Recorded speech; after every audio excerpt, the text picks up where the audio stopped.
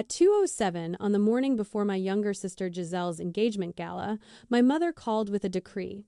"Tomorrow you may attend, but keep your mouth shut," Evelyn ordered.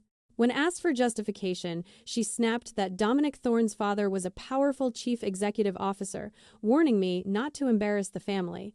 Anger wasn't loud this time, it was clinical. I smiled, glanced at the encrypted corporate security file resting next to my laptop, and calmly agreed. Drop a comment and let me know where you are listening from and what time it is for you right now. I had always been the silent investor in their version of a family. For as long as I could remember, my role was carefully audited and strictly managed. Every financial extraction and boundary violation they inflicted was meticulously documented in my private logs, because in forensic investigation, you never strike until the paper trail is absolute and legally inescapable. I was the unsettled, inconvenient daughter. The one who stubbornly questioned the origins of pharmaceutical fortunes and corporate bailouts, while everyone else just enjoyed the dividends. Evelyn, my mother, treated my life like a high-yield asset to be liquidated for her preferred investments. When I earned my early career promotions, the bonuses didn't go toward my future. They were quietly leveraged to fund the rent for Giselle's luxury apartment in the city. Giselle was the golden asset, enjoying effortless social ease and absolute favoritism, while I balanced the ledger of our family's obligations without a single word of gratitude. To understand a toxic family system, you have to look at the normalization of cruelty. It operates exactly like corporate fraud. It starts with minor ethical breaches, small boundary violations that are brushed under the rug to keep the peace.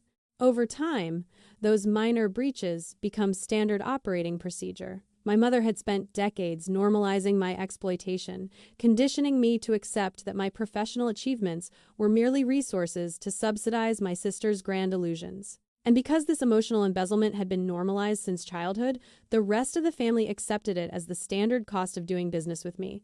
They didn't see abuse, they saw convenience. When I arrived at the Chicago Glasshouse Ballroom for the engagement gala, the systemic devaluation was fully on display. I bypassed the grand entrance and checked the seating chart with clinical detachment. My place card was shoved to a wobbly table near the service doors, vibrating every time a waiter pushed through with a heavy tray of appetizers. The card simply read, "Cassandra, sister." It was a deliberate demotion. They had stripped away my professional title as the Director of Forensic Audit and Financial Investigation at Vance Forensics, reducing me to a biological footnote in Giselle's fairy tale. I didn't feel sadness. I didn't summon despair. I looked at that piece of paper and saw exactly what it was: a desperately constructed cage. People often mistake a survivor's silence for weakness or submission. But in an environment where setting boundaries is immediately penalized, silence isn't compliance. It is a tactical survival strategy.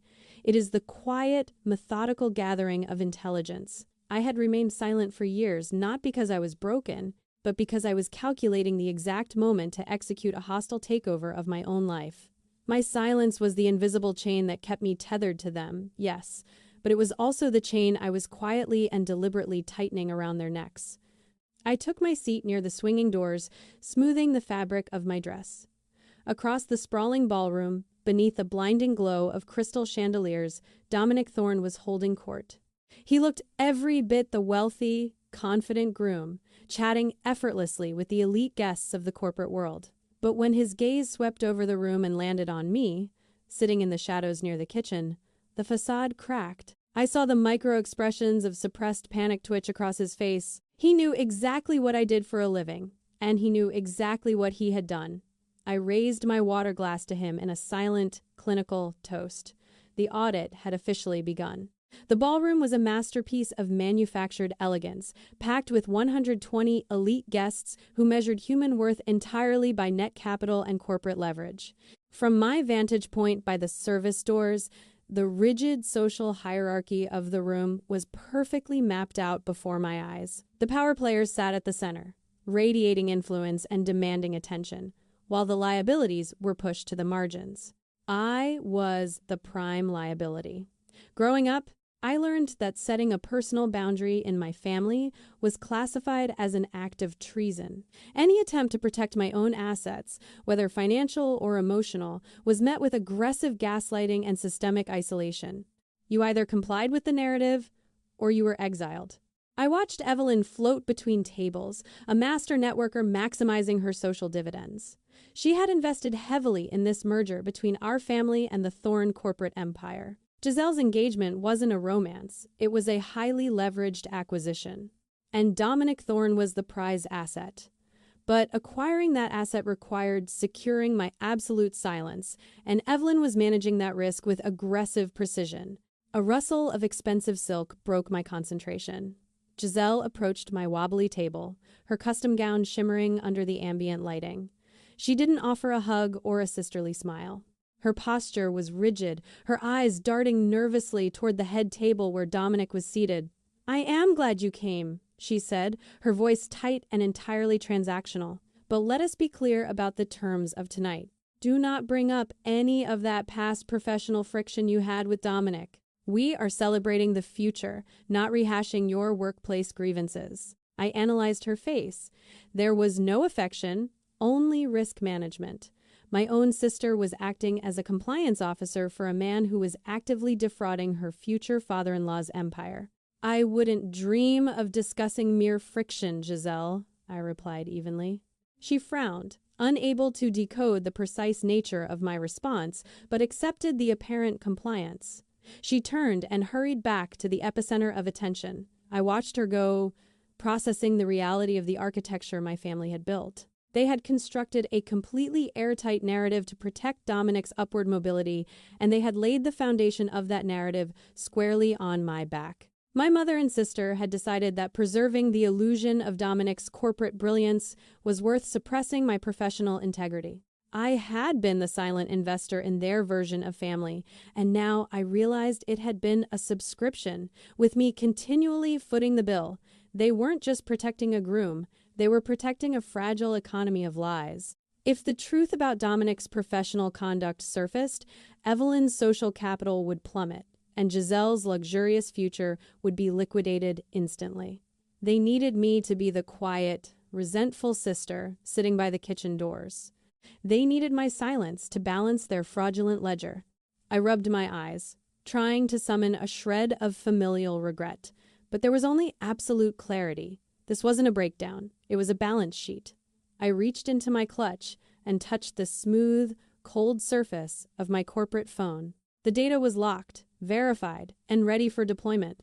The time for survival strategy was expiring. The time for liquidation was approaching rapidly.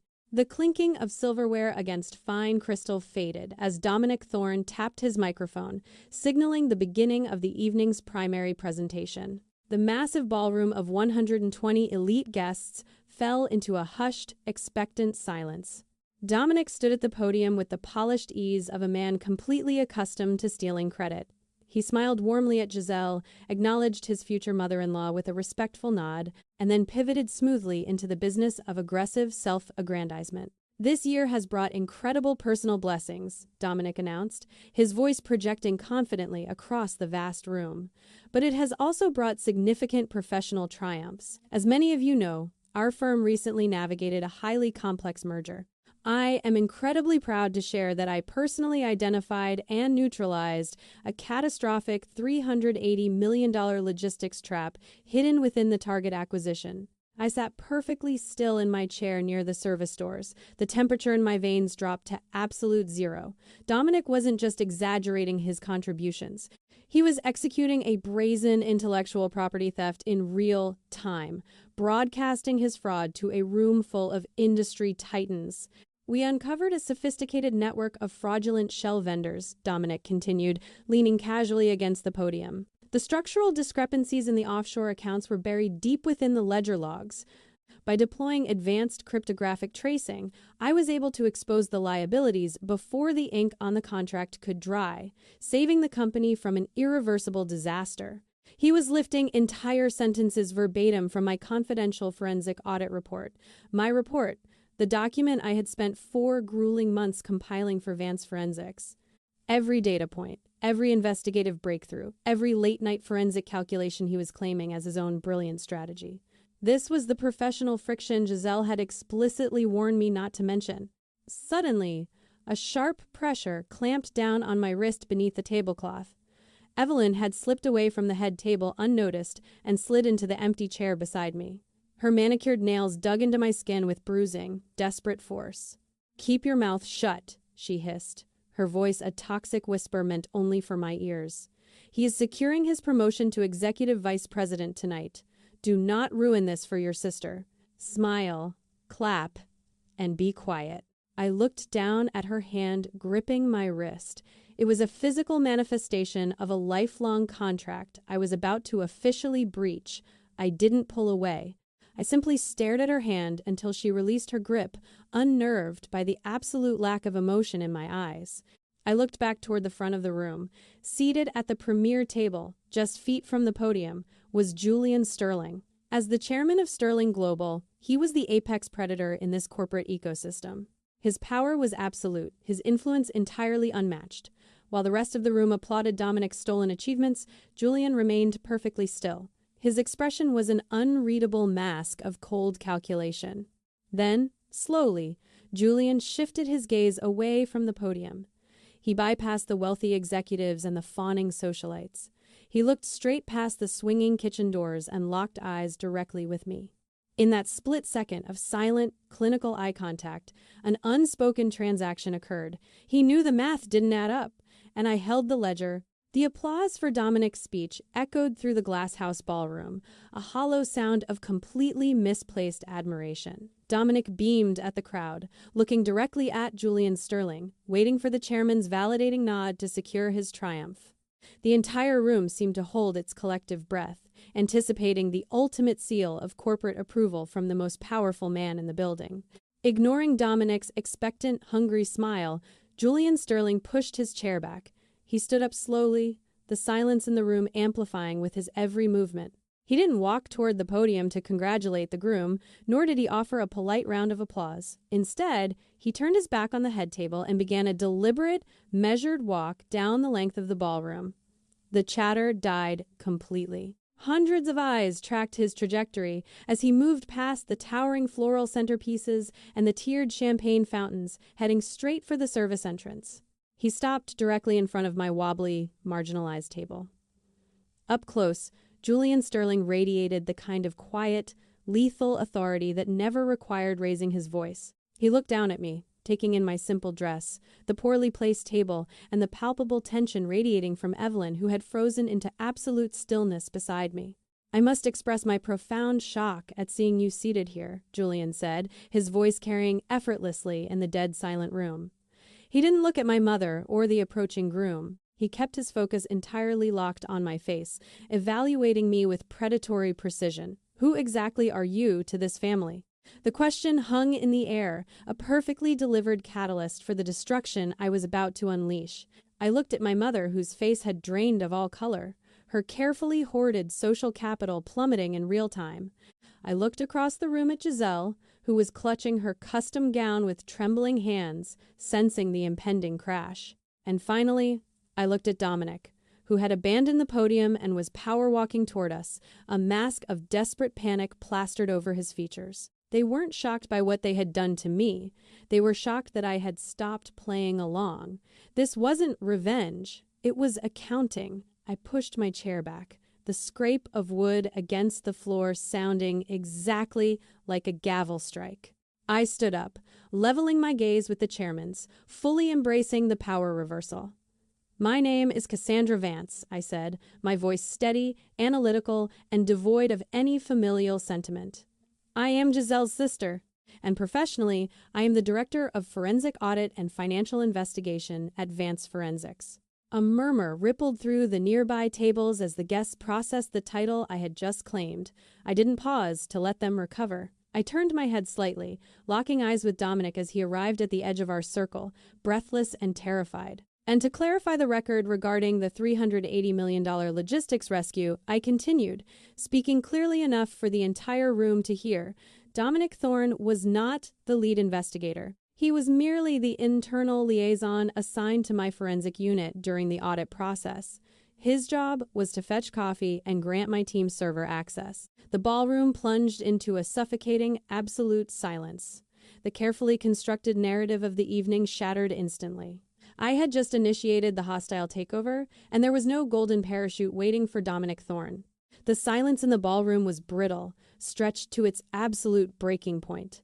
Before anyone could launch a frantic denial or attempt damage control, a sharp, simultaneous buzzing broke the quiet.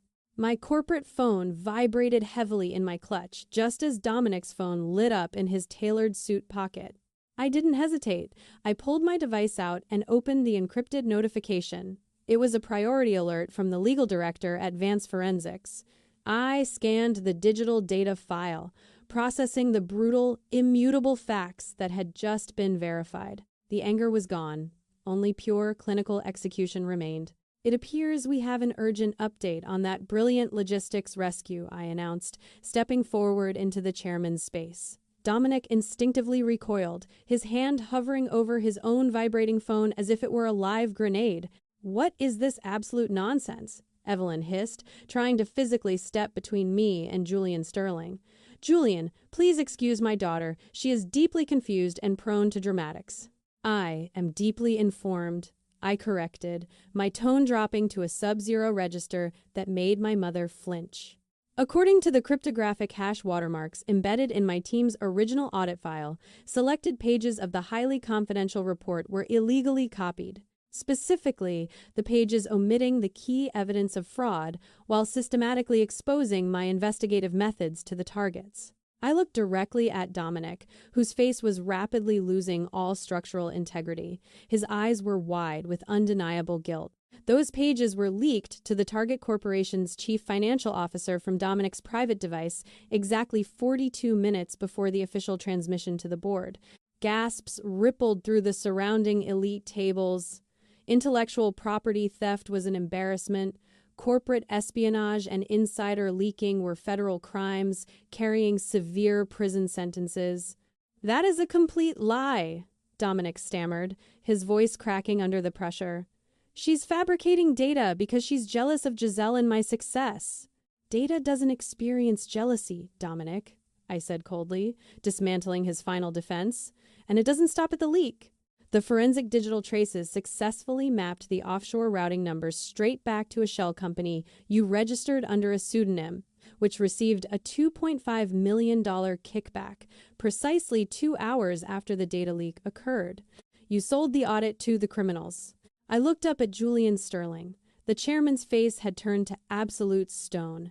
The apex predator had just realized his prized executive was a massive liability wrapped in an expensive tuxedo. Dominic was not a corporate savior. He was a compromised asset, and the audit trail was absolute and unbreakable. Julian Sterling didn't shout. He didn't throw a public tantrum. He operated with lethal, devastating efficiency. He turned to the hotel's general manager, who was hovering nervously nearby, clutching a walkie-talkie. "Pause the event," Julian ordered, his voice brooking zero debate. "Kill the music. Close the bar." He then turned his chilling gaze onto Dominic, my mother, and my sister. "You four. Follow me." He gestured toward the heavy oak doors at the back of the hall. "We are moving this discussion into the private executive library. Right now." I fell into step behind Julian, feeling a profound sense of operational clarity. I had spent 22 years carrying the weight of my family's fraudulent facade. In less than 5 minutes, I had liquidated their entire inventory of lies. The doors to the executive library swung open, ready to house the final judgment. The private executive library was completely soundproofed, a velvet-lined vault designed specifically for high-stakes corporate executions. As soon as the heavy oak doors clicked shut, the ambient noise of the ruined Gala vanished entirely. Within 3 minutes, Julian Sterling's general counsel and the head of internal audit slipped into the room, carrying tablets preloaded with the data file I had just forwarded to their secure servers. Dominic paced frantically in front of the leather sofas, sweating through his expensive collar, attempting to construct a viable defense. "Julian, this is a massive misunderstanding. It was a standard consulting fee for an unrelated project. The IP address must have been spoofed by a third party." His excuses were hollow and desperate. They crumbled instantly under the weight of digital forensics and immutable ledger logs. The internal auditor silently displayed the screen to Julian, confirming the offshore routing numbers perfectly matched Dominic's clandestine accounts. It was a mathematically perfect conviction with zero margin for error. Under Sterling Global's Corporate Compliance Charter Clause 9, any substantiated breach of fiduciary duty or data espionage authorizes immediate asset freeze and termination on site. Hand over your corporate access cards, your corporate phone, your laptop, and your office keys. You are terminated, effective immediately. Dominic froze, his hands trembling violently as he reached into his tuxedo pockets and surrendered his digital assets onto the mahogany coffee table, relinquishing his entire identity in a single motion. I will be referring this matter to federal regulators by 9 o'clock tomorrow morning, Julian continued, delivering the fatal, career-ending blow. You will be permanently banned from executive leadership in this industry. If you attempt to contact anyone at Sterling Global, I will have corporate security arrest you for trespassing. The illusion of power is a fragile construct. To understand why a superficial empire collapses so rapidly, you have to look at the difference between having wealth and actually holding internal value. The position Dominic and my family enjoyed was merely a leased facade funded by empty wallets and stolen merit. When you build your entire identity on the optics of success rather than the integrity of hard work, you have no internal equity to rely on when the market crashes. Their power was a delusion, and the moment the currency of lies was frozen, they were completely bankrupt. Giselle stared at Dominic, the brutal realization dawning that her guaranteed luxury was evaporating into thin air. The golden asset she was acquiring had just been downgraded to toxic debt. With a sharp, guttural sob, she tore the massive engagement ring off her finger and hurled it across the room. The diamond bounced off the wood paneling with a sharp clink, landing uselessly in the corner like garbage. Evelyn, entirely blind to the criminal severity of the situation, began to panic over the social ledger. "Julian, please!" she cried out, her voice shrill with desperation. "The wedding deposits! The non-refundable hotel contracts! The profound embarrassment! You can't just cancel everything. We will be absolutely ruined." Her protests fell on completely deaf ears. Julian didn't even bother to look at her. The powerful elites in the room had already distanced themselves from the scandal, clinically calculating their PR exposure. I stood by the door, watching the total collapse of the family system that had suffocated me for decades. They weren't mourning a lost relationship. They were mourning a failed transaction. I didn't cry. I didn't offer a single word of comfort. I simply turned around, opened the heavy oak door, and walked out of the library, leaving them to drown in the deficit they had aggressively created. Months later, the dust from the Glasshouse Gala had completely settled, and the ledgers of our lives had been permanently rewritten. Julian Sterling made good on his promise to the federal regulators. Dominic Thorne vanished from the corporate landscape entirely, facing a massive mountain of legal indictments that methodically stripped him of his remaining assets and reputation. Advanced forensics, the market responded directly to the truth. Julian Sterling personally awarded my firm a multi-year global integrity contract. It wasn't a favor, it was a pure business transaction, evaluated strictly on merit and analytical precision. I had proven that my professional integrity was uncompromised, and the corporate world heavily rewarded that unwavering reliability. My family faced a harsh, uncompromising restructuring. Giselle, abruptly stripped of her wealthy groom and her mother's financial subsidies, was forced into reality. She found a modest administrative job and, to my genuine surprise, started attending independent counseling. For the first time in her life, she was learning to generate her own emotional equity instead of relying on external validation. Evelyn, unable to sustain the grand illusion of immense wealth without leveraging my income, had to radically downsize her lifestyle. She sold the family home to manage crushing home equity debts, moving into a small condo far away from her beloved social elite. I didn't step in to bail them out. I had officially closed that account forever. Instead, I invested my new capital into something that truly mattered. I established the Clear Voice Initiative, a specialized advocacy fund designed to mentor and provide robust legal support for young professionals whose intellectual property and investigative work were being suppressed or stolen by corporate superiors. I was ensuring that no one else would have to endure the quiet, soul-crushing theft of their brilliance. Looking back on that night, I realized that the hardest part of surviving a toxic system isn't the initial act of rebellion. It's accepting that the people who should have protected you were the ones deliberately exploiting you.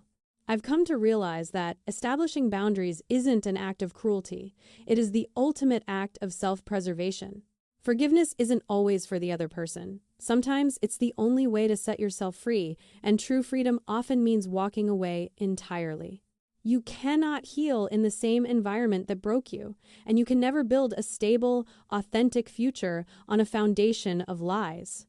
Consider what you would do if your family ever demanded your silence to protect someone else's lie.